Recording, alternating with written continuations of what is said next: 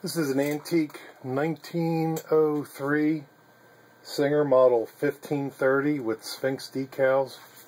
It's a treadle only machine.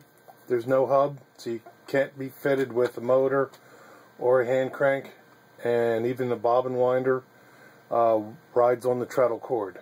It has no rubber wheel. The serial number is K589931. And I've got 6 layers of denim.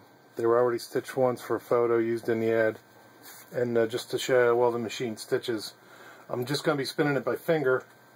Like I said, because there is no motor or place to mount a hand crank or anything.